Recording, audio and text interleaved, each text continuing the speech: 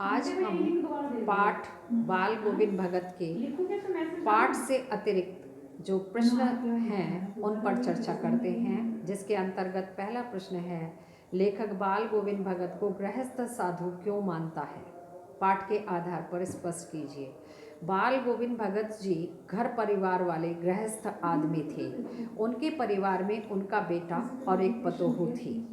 उनके पास खेती बाड़ी और साफ सुथरा मकान था। इसके बाद भी बाल गोविंद भगत साधुओं की तरह रहते थे और साधु की सारी परिभाषाओं पर खरा उतरते थे।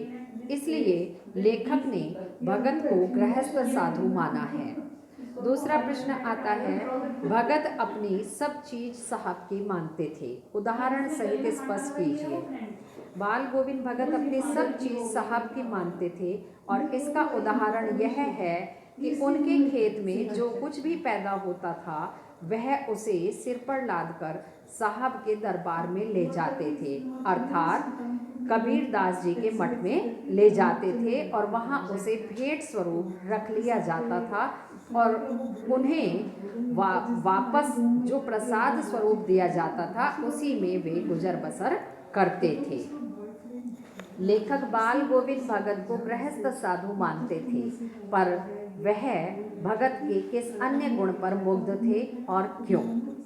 लेखक भगत जी को गृहस्थ साधु मानते थे, पर वह भगत के मधुर गायन पर मुग्ध थे, जिसे कोई भी सदा सर्वदा सुन सकता था।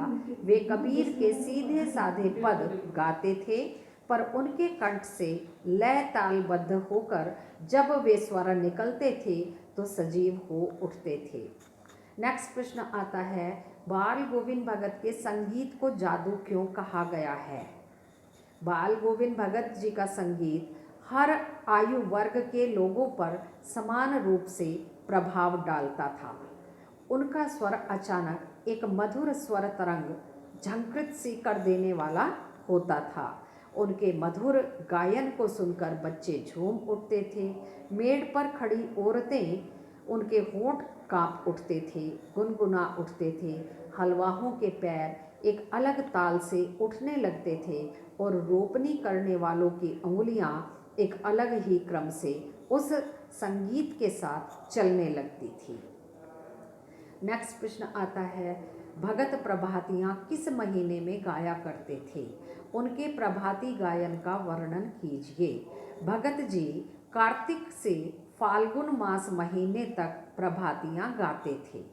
इन महीनों में वे कड़ाके की सर्दी में तड़के भोर काल में उठ जाते थे और वे नदी स्नान को जाते और लौटते समय पोखर के भिंडे पर अर्थात किनारे पर चटाई बिछाकर पूरब की ओर मुँह करके बैठते तथा अपनी प्रभातियां टेरना शुरू कर देते थे, अर्थात गाना शुरू कर देते थे।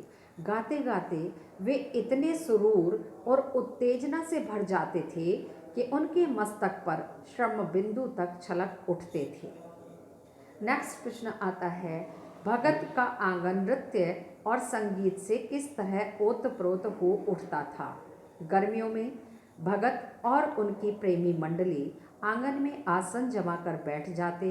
वहाँ खंजड़ियों और करतालों की भरमार हो जाती। बाल गोविंद एक पद गाते और उनकी प्रेमी मंडली उसे दोहराती तिहराती। धीरे धीरे स्वर एक निश्चित लय ताल और गति से ऊंचा होने लगता और गाते गाते भगत जी नाचने लगते थे। इस प्रकार सारा आंगन नृत्य और संगीत से ओतप्रोत हो जाता। नेक्स्ट प्रश्न है, भगत अपने सुस्त और बोधे बेटे के साथ कैसा व्यवहार करते थे और क्यों? बाल गोविंद भगत जी का इकलौता बेटा कुछ सुस्त और बोधा सा था।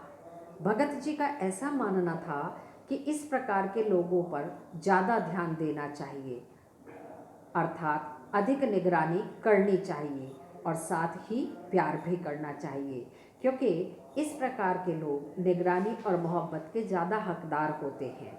इस कारण से भगत जी अपने उस बेटे को अधिक प्यार करते थे।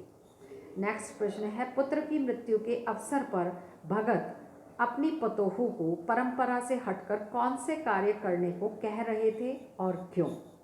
अपने पुत्र की मृत्यु के अवसर पर भगत जी तल्लीनता से गाए चले जा रहे थे और उनकी पतोहू विलाप कर रही थी। इसी समय में भगत जी अपनी पतोहू से रोने के बदले उत्सव मनाने को कह रहे थे। भगत जी ऐसा इसलिए कह रहे थे क्योंकि उनका मानना था कि मृत्यु अर्थात खुशी का अवसर, न कि दुख मनाने का, क्योंकि इस समय आत्मा और परमात्मा का मिलन हो जाता है। नेक्स्ट प्रश्न है, भगत की किस दलील के आगे उनकी पतोहू की एक न चली?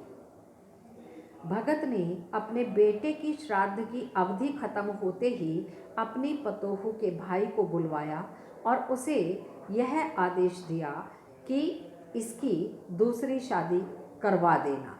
भगत की पतोहू उनके बुढ़ापे का ध्यान रखकर उन्हें अकेले छोड़कर नहीं जाना चाहती थी। वह चाहती थी कि उनके बुढ़ापे में उनका ध्यान रखे, परंतु भगत जी ने कहा कि यदि तुम यहाँ से नहीं गई तो मुझे घर छोड़कर जाना पड़ेगा। इस तर्क के सामने पुत्र वधू की एक न चली और उसे अपने भाई के साथ जाना पड़ा। नेक्स्ट प्रश्न है, भगत की मृत्यु उन्हीं के अनुसार हुई, कैसे, स्पष्ट कीजिए। जिस तरह के टेक और नेम धर्म वाली भगत जी की दिनचर्या थी, उसी प्रकार उनकी मृत्यु भी हुई। वे अपने गायन के माध्यम से अपने साहब की निकटता पाना चाहते थे। ऐसा उन्होंने मृत्यु से पूर्व सायंकाल तक गीत गाकर किया। इसके अतिरिक्त वे जीवन में दोनों समय स्नान ध्यान करते थे। इसे उन्होंने आमरण निभाया। इस तरह हम कह सकते हैं कि भगत जी की मृत्यु उन्हीं के अनुरूप हुई। नेक्स्ट प्रश्न है, बाल गोविंद भगत जी ने महिलाओं की सामाजिक स्थिति सुधारने के लिए क्या क्या किया?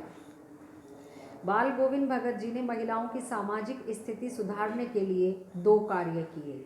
उन्होंने अपने पुत्र को अपनी पतोहू से मुखाग्नि दिलवाकर महिलाओं को पुरुषों के बराबर लाने का प्रयास किया, और दूसरा अपने पुत्र की मृत्यु के बाद पतोहू के भाई को बुलवाकर यह आदेश दिया कि इसकी दूसरी शादी करवा देना। इस प्रकार उन्होंने विधवा विवाह से नारियों की सामाजिक स्थिति को सुधारने का प्रयास किया है।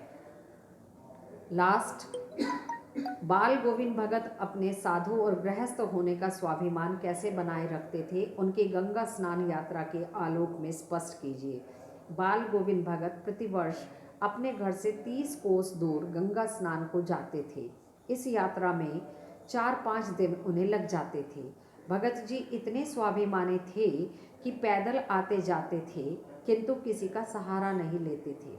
उनका मानना था कि साधु को संबल लेने की कोई आवश्यकता या अधिकार नहीं है।